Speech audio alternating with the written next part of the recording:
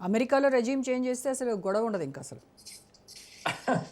అటువంటిది ఏదైనా జరగాలి. ఇప్పుడు అమెరికా జరిగితే అది కూడా జరుగుతుంది. రేపు మిడ్ టర్మ్ అవి ఎలక్షన్ జరుగుతున్నాయి.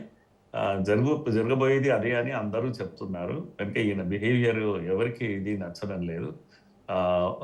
అన్ని దేశాలు ఈ దేశాన్ని డిస్టర్బ్ చేయలేదు ట్రంప్ అని చెప్పడానికి వీల్లేదు.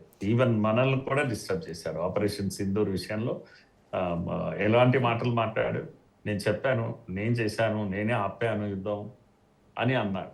ఎంత ఎంత అవమానం మనకు. మునీర్ లాంటి వాడికి భోజనాలు పెట్టి పిచ్చి పిచ్చి వ్యవహారాలంతా చేశారు. ఇప్పుడేమో ఉల్టా మాట్లాడుతాం. అయ్యే మీరు 3 కోట్ల మంది చనిపోయేవారు వాళ్ళరా బాబు, ఏం పెట్టావు, నువ్వే ఉండేవాడు కాదని అంటాడు. అక్కడ ప్రైమ్ మినిస్టర్ను, అక్కడ ఆర్మీ ఆఫీసర్స్ మీరే పోయేవాళ్ళు ఇండియా దెబ్బకు, నేనే ఆపాను అని చెప్తున్నాడు. ఇలాంటి ఇంత పిచ్చి వ్యవహారం. నీకు ఒకవైపు ఏం కావాలి, నోబెల్ పీస్ అవార్డు కావాలి, శాంతి బహుమతి కావాలి. ఇంకోవైపు యుద్ధాలను ప్రేరేపిస్తావు. ఎట్లా షూట్ అవుతుంది? నేనేమన్నా అసలు నేనేమంటానంటే వార్ మాంగరింగ్ కు ఒక నోబెల్ ప్రైజ్ ఉండాలమ్మా. యుద్ధాలను ఆపినందుకు కాదు, శాంతిని నెలకొల్పినందుకు కాదు, యుద్ధాలను రెచ్చగొట్టినందుకు, మరిన్ని యుద్ధాలు సృష్టించినందుకు దానికి ఒక అవార్డు ఉంటే అది ఖచ్చితంగా మన వాడికి ట్రంప్ కు వచ్చేస్తుంది. అలానన్నా మనం ఇది ప్రపంచం సెలబ్రేట్ చేసుకునేదాన్ని. ఒకవైపు చేస్తున్నది పీస్ ను, ప్రశాంతత లేకుండా చేస్తున్నావు. ఒక్కొక్క దేశంలో ప్రభుత్వాలను కూడగొడుతున్నావు. యూనిస్ ను పంపావు. ఏం చేసావు? బంగ్లాదేశ్ లో ఒక పప్పెట్ ను పెట్టి ఎన్ని రోజులు ఎంతమంది హిందువులు అక్కడ ప్రాణ నష్టం జరిగింది. ఎంజాయ్ చేశావు. ఏం జరుగుతుంది? నువ్వు అనుకున్నది ఏం జరుగుతుంది? ఏది కాదు. నేపాల్లో డిస్టర్బ్ చేశావు, ఇంకెక్కడ డిస్టర్బ్ చేశావు. ఎన్ని దేశాలను, పాకిస్తాన్ లో ఏం జరుగుతుంది? ఇమ్రాన్ ఖాన్ ఎక్కడ ఉన్నాడు? చచ్చే చావు వచ్చింది. పీపుల్ మ్యాండేట్ కు ప్లేస్ ఎక్కడ ఉంది? పీపుల్ మ్యాండేట్ ఉన్న వ్యక్తి జైల్లో పెడతావు, ఏది లేని వాడిని అందరం ఎక్కిస్తుంటావు. ఇది అమెరికా అధ్యక్షుడు చేస్తున్నటువంటి అనేక దేశాల్లో కూడా పీపుల్ మ్యాండేట్ ఉన్న వాళ్ళను చంపడమో లేకపోతే తొలగించడమో, పప్పెట్స్ ను అక్కడ పెట్టి నడపడము. ఇప్పుడు వెనజులా నీకు ఏం కావాలి? ఆయిల్ కావాలి అంతే. మడోరో కాదు ఇప్పుడు కావాల్సింది, నీకు ఆయిల్ కావాలి. చేతిలోకి తీసేసుకున్నావు. రోజుకు 80 మిలియన్ బ్యారెల్స్ నువ్వు కొట్టేసావు. ఎంజాయ్ చేస్తున్నావు. నేను ఒక మాట అంటానమ్మా, అమెరికా ఏ పని చేసి బ్రతుకుతుంది? ఎవరైనా సరే ఇండియాలో ఏం చేస్తారు అంటే పొలం దున్ని బ్రతుకుతారు. ట్రంప్ పొలం దున్నుతాడా? ఇంకెవడైనా దున్నుతాడా? కష్టపడి చెమతో వచ్చి ఏదైనా పని చేస్తారా వాళ్ళు? ఏది చేయరు. అన్ని ప్రపంచ దేశాలను కొల్లగొట్టడం, అక్కడి వనరులను కొల్లగొట్టడము, కొల్లగొట్టి తాము బ్రతికేస్తామని. ప్రపంచ వనరులను సుమారుగా 40% వనరులు, 30% వనరులు ఒక్క అమెరికా భోంచేస్తుంది.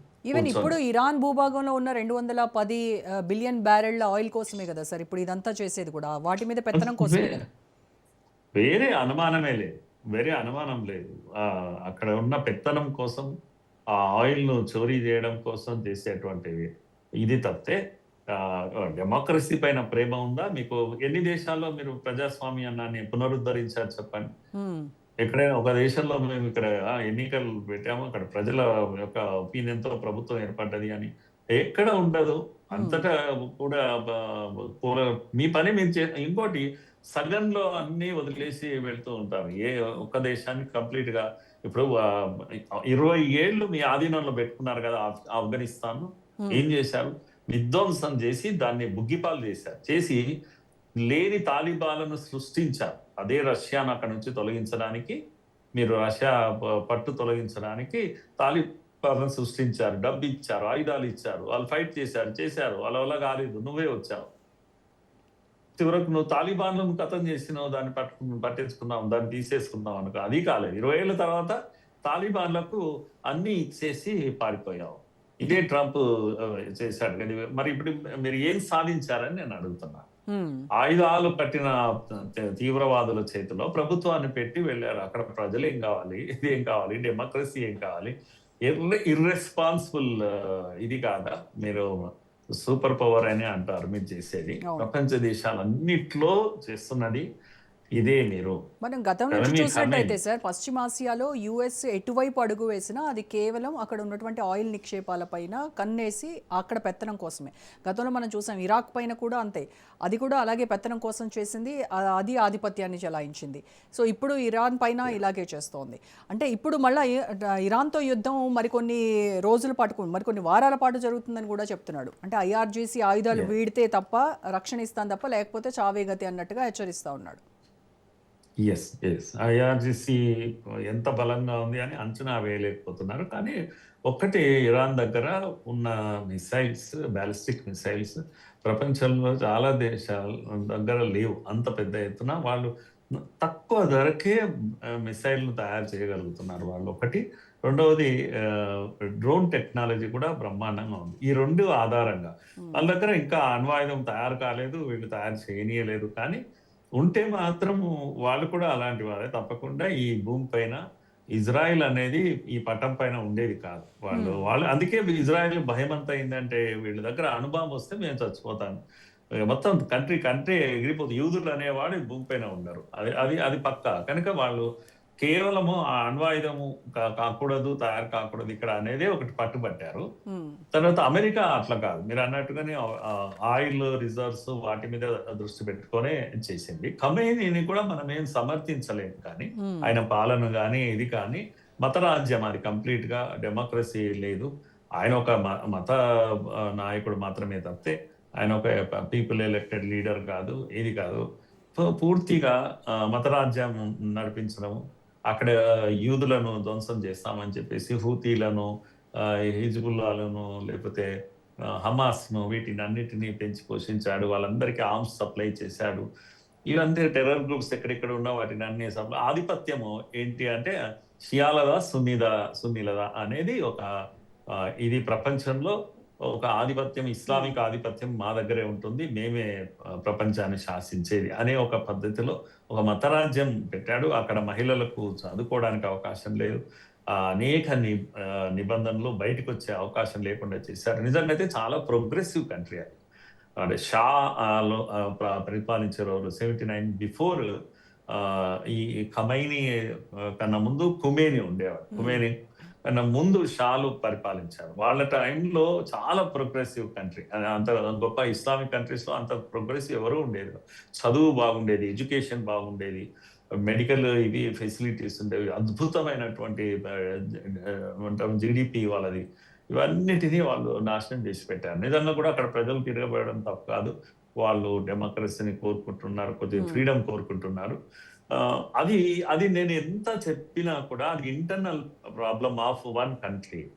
మనము we have no right to interfere, అది ఆ ప్రజల సమస్య.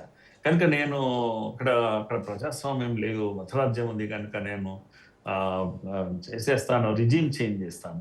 Who are you? అన్ని దేశాల్లో నీవు చెప్పిన పప్పెట్స్ రూల్ చేయాలా? అది కనుక ఇప్పుడు ఈ ప్రపంచం అంతా ఆలోచించాల్సిన సమయం. వరల్డ్ బాడీస్ ఉన్నాయమ్మా, యుఎన్ఓ ఉంది, అయితే అదేంది వరల్డ్ బ్యాంక్ ఉంది, ఇవన్నీ కూడా అన్నిటిని ధ్వంసం చేశారు. యుఎన్ఓ ఎక్కడ ఉందమ్మా? ఇంత కాన్ఫ్లిక్ట్ వచ్చింది. ఇది ఇప్పుడు it is no more an issue of America and Iran.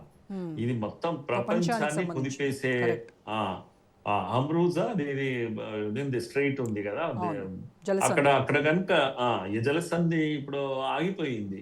ఇంకొక వారం రోజులు మీరు ఆగనియండి, ఇండియాలో చూడండి పెట్రోలియం ఇవన్నీ ధరలు ఎట్లా పెరిగిపోతాయి. ఇప్పటికే 10%, 20% అని అంటున్నారు. ఇంకా ఒక్క వారం 10 రోజుల్లో అతలాప్తలం అవుతుంది ప్రపంచం అంతా కూడా, ధరలు పెరిగిపోతాయి. మన దగ్గర ఆల్రెడీ గోల్డ్, సిల్వర్ అప్పుడే రైజ్ అయిపోతున్నాయి. మార్కెట్ దుబాయ్ తర్వాత ఇక్కడ సౌదీ, వీటి అన్నిటి కూడా మార్కెట్, ఇంటర్నేషనల్ మార్కెట్స్ అన్ని క్లోజ్ అయిపోయినాయి. ఏం కావాలి? ఇది ప్రపంచ సమస్య కనుక కేవలం ట్రంప్ సమస్య కాదు ఇది, లేకపోతే నెతన్యాహు సమస్య కాదు. ఖమేని చనిపోయాడు, కానీ ఇరాన్ ఇప్పట్లో ఆగిపోతుందా?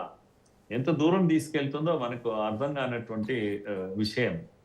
సో ఇలాంటి వాళ్ళ రక్తదాహం కోసం, వాళ్ళ యొక్క దీనికోసం ప్రపంచాన్ని డిస్టర్బ్ చేసేటువంటి ట్రంప్ను ప్రపంచ దేశాలన్నీ ఇప్పుడు రైట్ టైం, ఇది ముక్తకంఠంతో దాన్ని ఖండించాల్సినటువంటి సమయం కూడా వచ్చింది.